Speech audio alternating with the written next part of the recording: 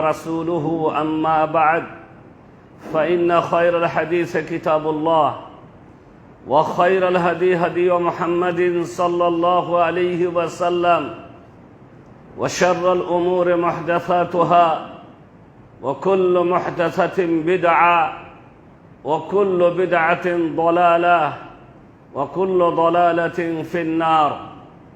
أعوذ بالله من الشيطان الرجيم.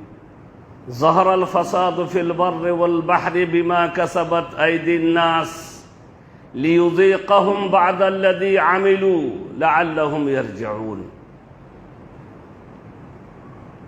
আল্লাহর প্রশংসা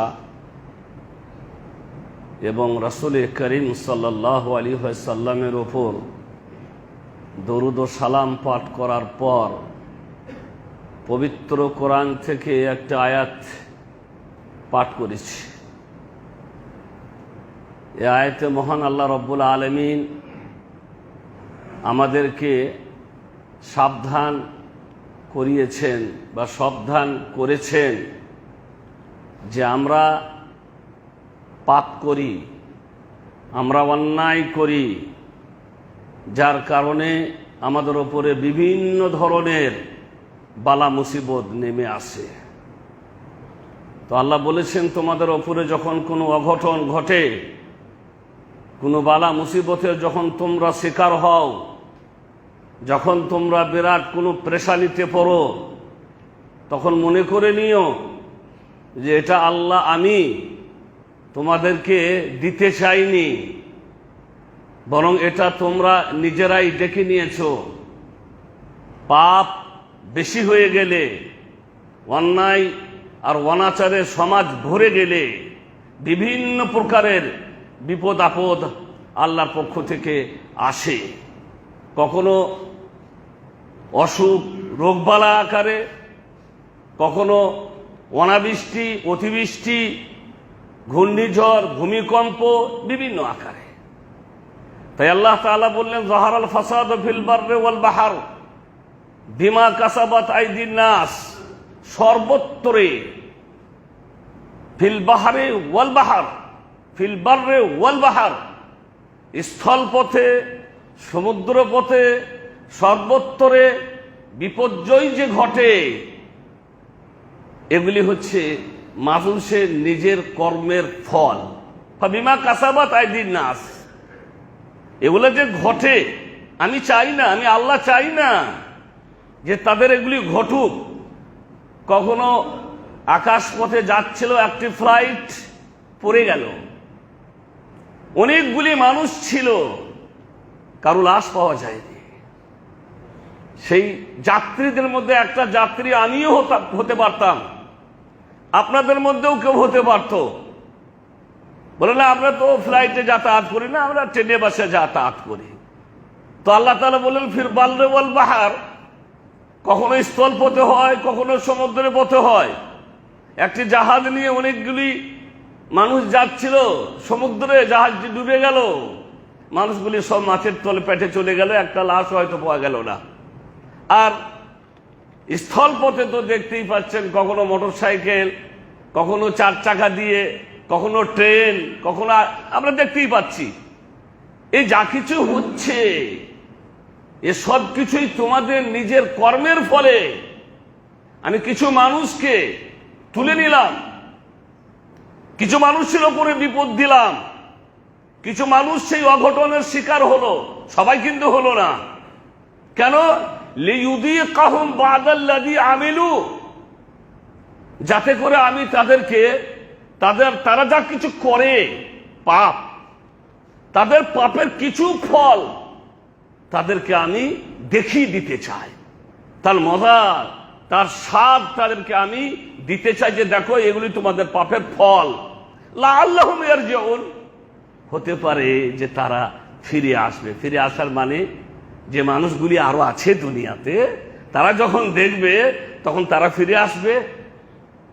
1 মিনিট 1 সেকেন্ডের ভূমিকম্পে কখনো কখনো বিশাল বিরাট মানে কয়েকতলা বিল্ডিং নিচে পড়ে যায়, একেবারে মানুষ সব শেষ হয়ে যায়। আপনি কি মনে করেন আপনার বাড়িটা খুব মজবুত বাড়ি? আমার বাড়িটা খুব মজবুত বাড়ি, খুব শক্ত রড দিয়ে তৈরি করা হয়েছে, তাই আমার ভয় পাওয়ার কোনো কারণ নেই? জি না। আল্লাহ রাব্বুল আলামিন কখনো কখনো কোথাও কোনো বিপদ দেন, আবার কোনো জায়গাতে বা কোনো জায়গার মানুষ সেই বিপদ থেকে নিরাপদ থাকে শুধু তাদেরকে দেখানোর জন্য, দেখো ওই বিপদটা তোমাদের ওপরও আসতে পারত, কিন্তু তোমাদের ওপরে বিপদটা আসেনি যাতে করে তোমরা ফিরে আসো, যাতে করে তোমরা তোমাদের ভুল বুঝতে পারো। ওয়ামা আসাবাকুম মিন মুসিবাতিন ফাবিমা কাসাবাত আইদিকুম ওয়া ইয়াফু আন কাসীর।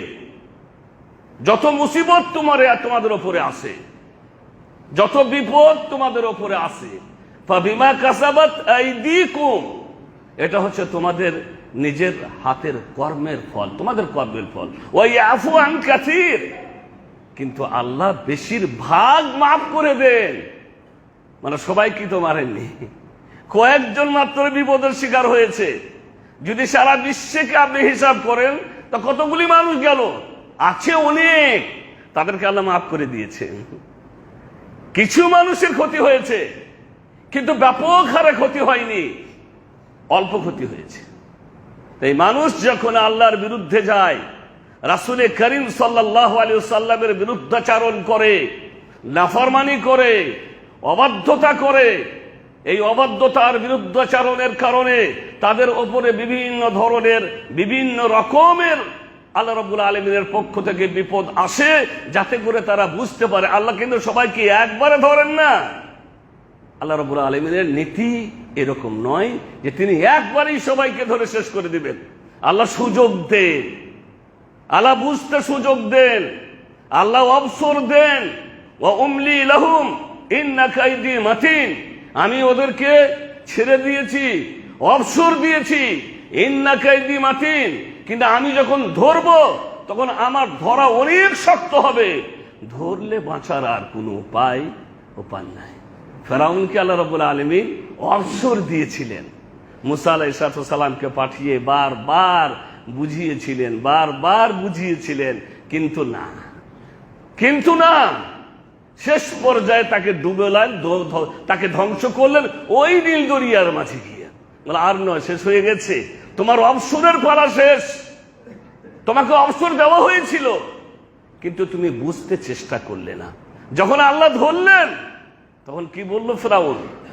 আমানতু আন্নাহু লা ইলাহা ইল্লাল্লাহ, আমানতু আন্নাহু লা ইলাহা ইল্লাল্লাযী আমানাত বিহি বনু ইসরাঈল, আমি সেই আল্লাহর উপরে ঈমান আনছি যে আল্লাহ ছাড়া সত্য কোনো মাবুদ নেই, যে আল্লাহর উপরে ঈমান এনেছে বনি ইসরাঈলগণ, মানে মুসা আলাইহিস সালাম এবং তার সম্প্রদায়। এখন বলছে আল্লাহ রাব্বুল আলামিন বললেন সঙ্গে সঙ্গে, এখন বুঝতে পেরেছো? হ্যাঁ, এখন বুঝতে পেরেছো? ওয়াকাদ আসাই, এত নাফরমানি, এত অবাধ্যতা করার পরে যখন তোমাকে আমি ধরেছি, তুমি বুঝো যে এখন ধরাটা আমার কার ধরা, আমি ধরলে বাঁচার আর কোনো উপায় থাকে না, এই ঈমান তোমার আর কোনো কাজে আসবে না। আপনার আত্মা যখন আপনার কণ্ঠ নালীতে পৌঁছে যাবে শয্যাগত অবস্থায়, আপনি তখন বুঝতে পারবেন যে হ্যাঁ আমি এখন মরতে চলেছি। আমরা বুঝতে পারবো না, কিন্তু যে মানুষটি মরতে যায় সে অনেকক্ষণ আগে থেকেই বুঝতে পারে যে মালাকুল মউত তার পাশাপাশি ঘুরছে। এখন সে যদি বলে আল্লাহ গো আমি তওবা করছি, এরকম অবস্থায় তওবা কোনো কাজে আসবে না, কারণ আত্মা আপনার কণ্ঠ নালীতে পৌঁছে গেছে। আল্লাহ অনেক সুযোগ দিয়েছিলেন, কিন্তু আপনি সে সুযোগ গ্রহণ করেননি। তাই চরম মুহূর্তে, মৃত্যুর সন্ধিক্ষণে যদি আপনি তওবা করেন আল্লাহর কাছে, এই তওবা আল্লাহর কাছে কবুল হবে না। তো ভাইরা, আমার কথা হচ্ছে যে আল্লাহ এবং আল্লাহর রাসূলের নাফরমানি এবং তার অবাধ্যতা করার কারণে, বিভিন্ন পাপে জর্জরিত হয়ে যাওয়ার কারণে আমরা বিভিন্ন রকমের বিপদের শিকার হয়। রাসূল করিম সাল্লাল্লাহু আলাইহি সাল্লাম উহুদের যুদ্ধে গেছিলেন। উহুদের মাঠ বিশাল এক মাঠ, বিশাল এক পাহাড়, পুরো মদিনাকে ঘিরে পাহাড় একটি, যার নাম উহুদ পাহাড়। সেই উহুদ পাহাড়ের নিচে হবে যুদ্ধ। উহুদ পাহাড়ের পাশে আরেকটি পাহাড় ছিল, যে পাহাড়টার নাম হয়েছে জাবালের রুমাত, মানে তীর চালকদের পাহাড়। একটা গিরিপথের মতো ছিল, এদিকে একটা পাহাড়, ছোট্ট পাহাড়, এদিকে উহুদ পাহাড়, বিশাল পাহাড়। রাসূল করিম সাল্লাল্লাহু আলাইহি সাল্লাম তার পারদর্শিতা দিয়ে তিনি সব দিকে বা সব বিষয়ে পারদর্শী পণ্ডিত ছিলেন। তিনি যুদ্ধক্ষেত্রেও তিনি কোথায় দাঁড়াতে হবে, পজিশন কেমন থাকতে হবে, তাহলে আমাদের জন্য সুবিধাজনক হবে, তিনি নির্বাচন করতেন। তাই সেখানে উহুদের মাঠে পৌঁছে তিনি দেখলেন যে এই গিরিপথ আর এই উহুদ পাহাড়ের মধ্য দিয়ে যে একটা পথ দিয়ে চলে আসছে, এটা খুব বিপজ্জনক পথ। ওরা শত্রুরা পিছন দিক থেকে আমাদের উপরে আক্রমণ করতে পারে। তিনি নির্বাচন করলেন 50 জন তীর চালককে, আর বললেন যে তোমরা এই পাহাড়ে থাকবে ততক্ষণ পর্যন্ত যতক্ষণ না আমি মুহাম্মদ তোমাদেরকে ওই পাহাড় থেকে নিচে নেমে আসার আদেশ করব। নির্দেশ দিয়ে বললেন রাআইতুমুনা তাখতাবিনু আত-তায়রু ফালা তাবরাহু মাকানাকুম হাযা হাত্তা উরসিলা ইলাইকুম। নির্দেশ খুব কড়া নির্দেশ ছিল। যদি দেখো আমরা পরাজিত হয়ে গেছি আর পাখিরা আমাদেরকে ছিঁড়ে ছিঁড়ে খাচ্ছে, আমাদের লাশের ওপরে পাখি পড়েছে আর পাখিরা আমাদেরকে ছিঁড়ে ছিঁড়ে খাচ্ছে, ফালা তাবরাহু, তাহলেও তোমরা ততক্ষণ পর্যন্ত এই জায়গা ছেড়ে যাবে না যেই জায়গা থেকে আমি তোমাদেরকে নির্বাচন করলাম, যতক্ষণ না আমি তোমাদের কাছে লোক পাঠিয়ে ওই জায়গা ছাড়া নির্দেশ দিব। ওয়া ইন রাআইতুমুনা قد هزمنا القوم واطعناهم فلا تبرحوا مكانكم هذا حتى ارسل اليكم।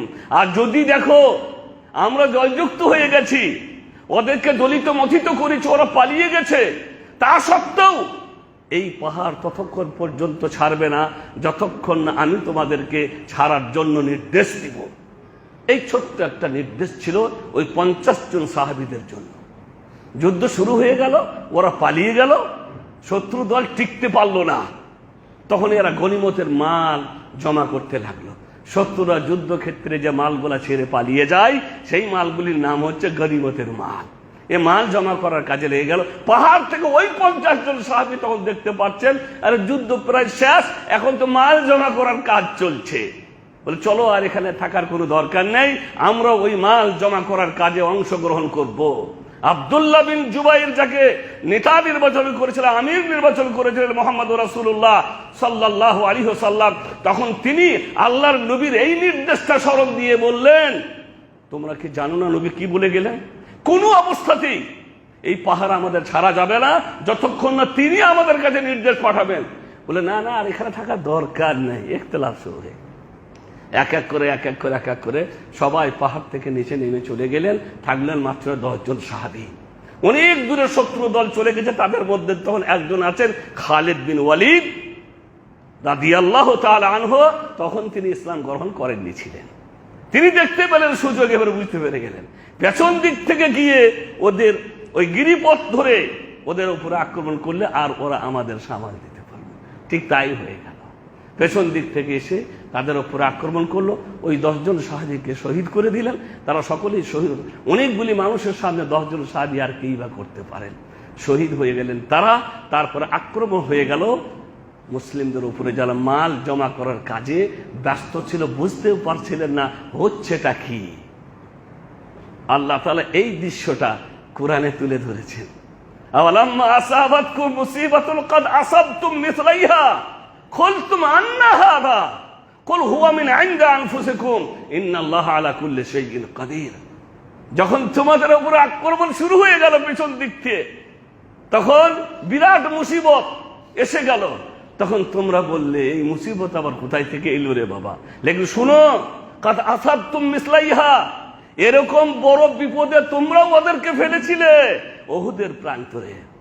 উহুদের যুদ্ধে যখন তোমরা গেছিলে 70 জন কাফেরকে শহীদ করেছিলে, 70 জনকে বন্দী করেছিলে। ওটা আমি আল্লাহ তোমাদের সাহায্য করেছিলাম, আমি আল্লাহ সাহায্য করেছিলাম যে তোমরা পেরেছিলে। এরকমই বিপদের সম্মুখীন ওরা হয়েছিল উহুদ প্রান্তে, আর এই রকমেরই বিপদের সম্মুখীন আজকে হয়েছে তোমরা এই উহুদের মাঠে।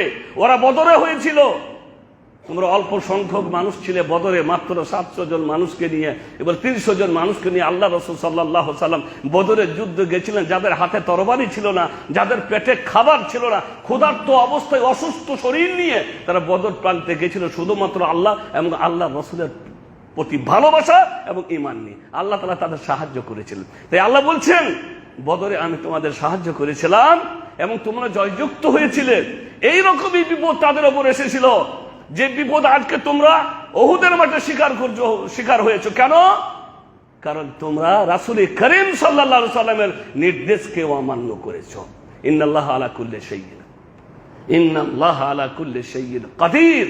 আল্লাহ রাব্বুল আলামিন প্রতিটি জিনিসের উপরে সর্বশক্তিমান। সেদিনে আল্লাহ তার সাহায্যে তোমাদেরকে আল্লাহ তাআলা জয়যুক্ত করেছিলেন। আর আজকে আল্লাহর নবীর নাফরমানি করার কারণে আজকে তোমাদের এই দশা আর এই অবস্থা তোমরা শিকার হয়েছো। এই সামান্য নাফরমানি। এখন আমরা কত নাফরমানি করি, কত অবাধ্য চরণ। আমাদের কোনো নীতি বা কোনো কাজ শরীয়ত অনুপাতে হয় না। আমরা নিজস্ব নীতি বানিয়েছি, নিয়ম বানিয়েছি, রাসম রেওয়াজ বানিয়েছি। আমাদের ব্যক্তি, পরিবার, সমাজ সবকিছু চলছে আমাদের নিজস্ব নীতি বানানো, নীতির উপরে, নিজস্ব গড়া তৈরি করা নিয়ম নীতির উপরে চলছি। আমরা কোরআন ও হাদিসের নিয়ম নীতির উপরে চলি না। আমাদের বিবাহ, আমাদের পাত্র পাত্রী নির্বাচন, আমাদের সবকিছুই চলছে আমাদের বানানো তরিকা পদ্ধতির উপরে, যার কারণে বিভিন্ন ধরনের বিপদের আমরা সম্মুখীন হতে আছি। তো ভাইরা, আমার কথা হচ্ছে যে পাপ কখনোই কাউকে ছাড়ে না, তবে অবসর দেয় আল্লাহ রাব্বুল আলামিন। আপনি যত পাপ করে যাচ্ছেন, চুরি করতে আছেন, করেই যাচ্ছেন, কিন্তু আপনি জানেন না কোনো একদিন না একদিন আপনার ধ্বংস আপনার উপরে নেমে আসবে। আরেকটি কথা সবসময় মনে রাখবেন, ছোট পাপ না বড় পাপ এইটা লক্ষ্য করবেন না। পাপটা ছোট না পাপটা বড়, শুধু লক্ষ্য করবেন যে পাপটা করতে নিষেধ করেছেন কে। তিনি তো ছোট নন। এখন মনে করলেন কারো বাগানের এক কলা চুরি করে খেয়ে নিলেন, সামান্য ব্যাপার, কলা আর কত দাম। তো কলা যে খুব অল্প দামের জিনিস, ওইটা চুরি করতে গেলে কেন তুমি? অল্প দামের জিনিস আপনি মনে করেন একটা কারো বাগানের কলা চুরি করে বাড়িতে নিয়ে গিয়ে যে কলাটা আপনি খাচ্ছেন, আপনার পরিবারকে খাওয়াচ্ছেন, তৃপ্তি পাচ্ছেন, ভালো লাগছে। আপনি কলাটা যখন মুখে দিচ্ছেন, আপনার বিবেক কি বলছে আপনাকে? কখনোই বলবে না যে খুব ভালো লাগছে। আপনার ছেলেমেয়েরা খাচ্ছে, ভালো লাগছে আপনাকে? কখনোই না। কিন্তু আপনি শয়তানের চক্রান্তে পড়ে এসব কাজগুলি করছেন। ছোট্ট একটা দৃষ্টান্ত দিই। রাসূল করিম সাল্লাল্লাহু আলাইহি সাল্লাম জিহাদের ময়দান থেকে ফিরে আসতেছিলেন রাস্তায়, রাতের কোথাও আশ্রয় নিয়ে তিনি রাত্রি যাপন করছিলেন। অজ্ঞাত একটা তীর, কোথায় থেকে একটা তীর এসে এক সাহাবীকে লাগলো, আর সাহাবী সেখানে মারা গেলেন। অন্যান্য সাহাবীরা চিৎকার করে বলতে লাগলেন, কত চারপ কপাল, কত সৌভাগ্য, জিহাদের মাঠে শহীদ হলো না, আর এই রাস্তায় এসে শহীদ হয়ে গেল। হুয়া শহীদ বলে তারা চিৎকার করতে লাগলো। নবী মুহাম্মদ রাসূলুল্লাহ সাল্লাল্লাহু আলাইহি সাল্লাম বললেন, হুয়া ফিন্নার, ও জাহান্নামে যাবে। সাহাবীরা অবাক হয়ে গেলেন, আমাদের মাঝেরই একজন মানুষ, অজ্ঞাত একটা তীর এসে তাকে লেগেছে, কোন শত্রুই মেরে হবে সেই তীর, তা সে আবার জাহান্নামে যাবে বললেন কেন রাসূল করিম সাল্লাল্লাহু আলাইহি সাল্লাম? তখন তারা তার সামানপত্র খোঁজ করতে লাগলো। খোঁজ করতে করতে দেখলো তার ব্যাগের মধ্যে বা তার সামানের মধ্যে সামান্য একটা কাপড়ের টুকরো ছিল, যেটা গনিমত থেকে সে চুরি করে নিয়েছিল। সামান্য একটা কাপড়ের টুকরো। সৌদি আরবের শেখরা বলছেন, যখন এরকম এই হাদিসটা নিয়ে আলোচনা করেন, তখন বলছেন ওই কাপড়টা বর্তমান বাজার মূল্য সৌদি আরবের রিয়াল হিসাবে 1 রিয়াল মানে 22 টাকা। 1 রিয়াল মানে 22 টাকা। তাহলে 22 টাকার জিনিস চুরি করেছে। নবী বললেন হুয়া ফিন্নার, ও জাহান্নামী। এত ছোট্ট জিনিস চুরি করার কারণে কি করে এরকম মন্তব্য করলেন বা এরকম কথা বললেন মুহাম্মদ রাসূলুল্লাহ সাল্লাল্লাহু আলাইহি ওয়াসাল্লাম? আসলে ব্যাপারটা কি?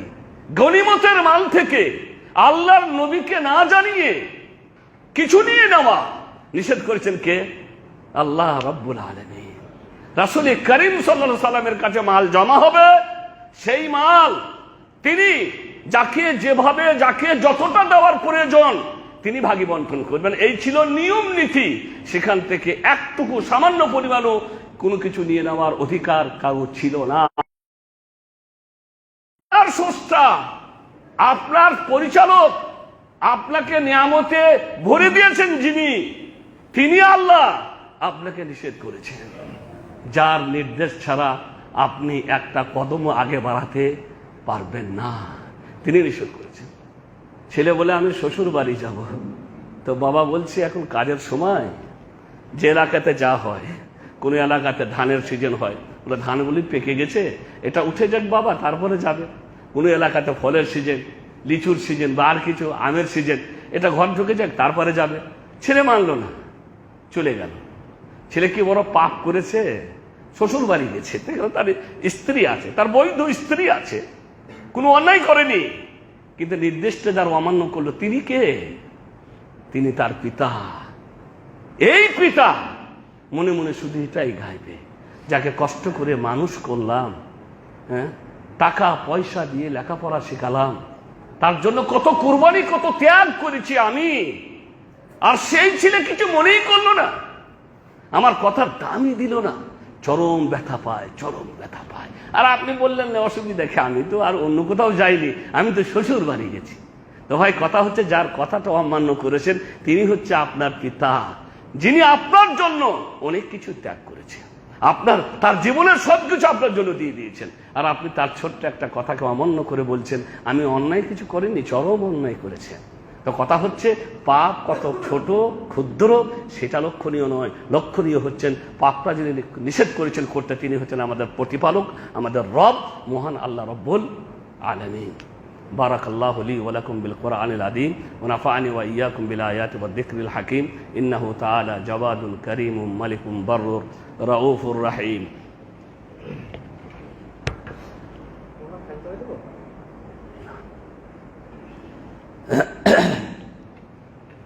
আলহামদুলিল্লাহ নাহমাদুহু ওয়া নাস্তাঈনুহু ওয়া নাস্তাগফিরুহু ওয়া নাউযু বিল্লাহি মিন শুরুরি আনফুসিনা ওয়া মিন সাইয়্যাতি আমালিনা মান ইয়াহদিহিল্লাহু ফালা মুদিল্লা লাহু ওয়া মান ইউদ্লিলহু ফালা হাদিয়া লাহু ওয়া আশহাদু আল লা ইলাহা ইল্লাল্লাহু ওয়াহদাহু লা শারীকা লাহু ওয়া আশহাদু আন্না মুহাম্মাদান আবদুহু ওয়া রাসূলুহু আম্মা বা'দ।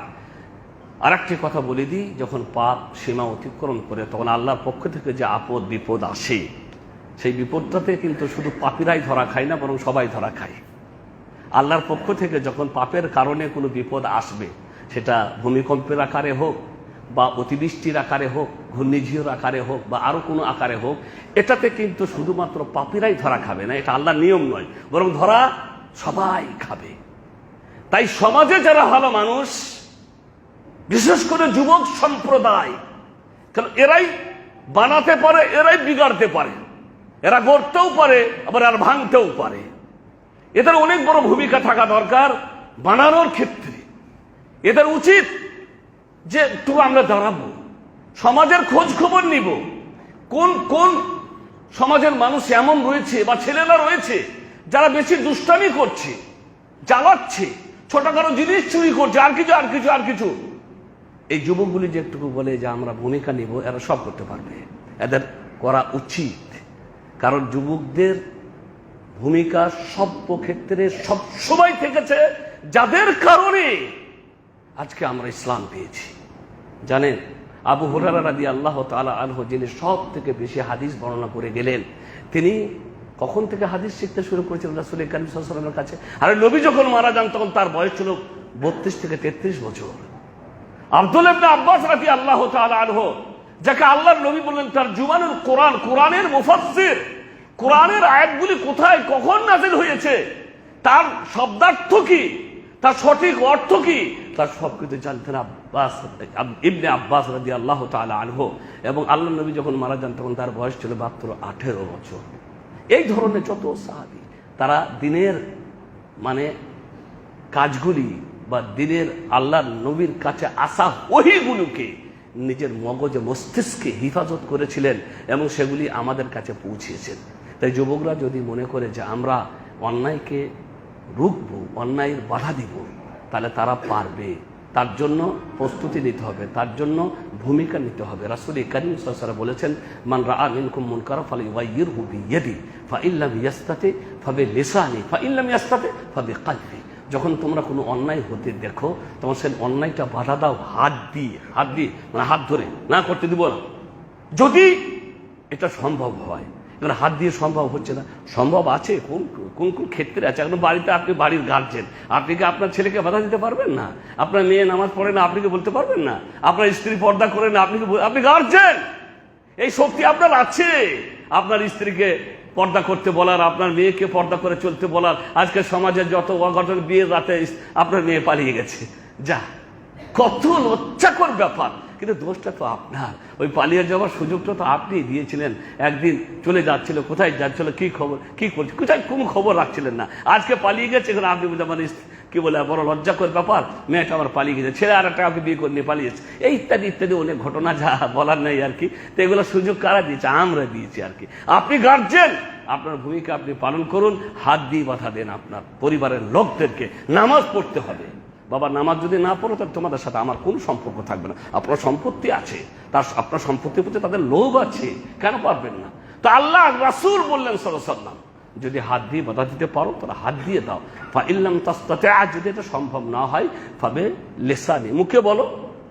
নসিহত, ওয়াজ, নসিহত মুখে বলার মাধ্যমে তাদেরকে বাধা। ফাইল্লাম তাস্তাতি, আর যদি মুখে বলারও শক্তি না থাকে ফাবে কালবিহি, তাহলে অন্তরে কমসে কম পাপগুলাকে ঘৃণা করবো। দালিকা দাফুল ইমান, আর হচ্ছে ইমানের সব থেকে দুর্বলতম অবস্থা। এরপরে ইমানের আর কোনো অংশই বাঁচে না। এরপরে মানে পাপ ভাবি করছে, আপনি কিছু মনেও করবেন না, এরপরে কোনো অংশই বাঁচে না। আর একটা হাদিস বলি, আমার কথা শেষ করে দিব। রাসূল করিম সাল্লাল্লাহু আলাইহি ওয়াসাল্লাম বললেন, সাআলতু রাব্বি সালাসা, আমি আল্লাহর কাছে তিনটে জিনিস চাইলাম। সাআলতু রাব্বি সালাসা, আল্লাহর কাছে, আমার রবের কাছে তিনটে জিনিস চাইলাম। ফাআতানি ইসনাতাইন ওয়া মানাআনি ওয়াহিদা, দুটো দিলেন আর একটা দিলেন না।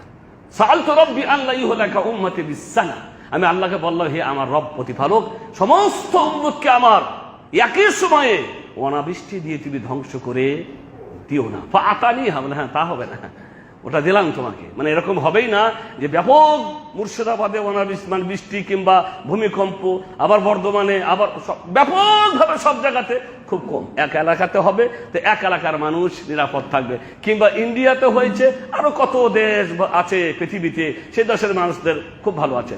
তো একই সময় সমস্ত উম্মতকে ধ্বংস করে দেওয়া হবে না, এটা তোমাকে আমি দিলাম।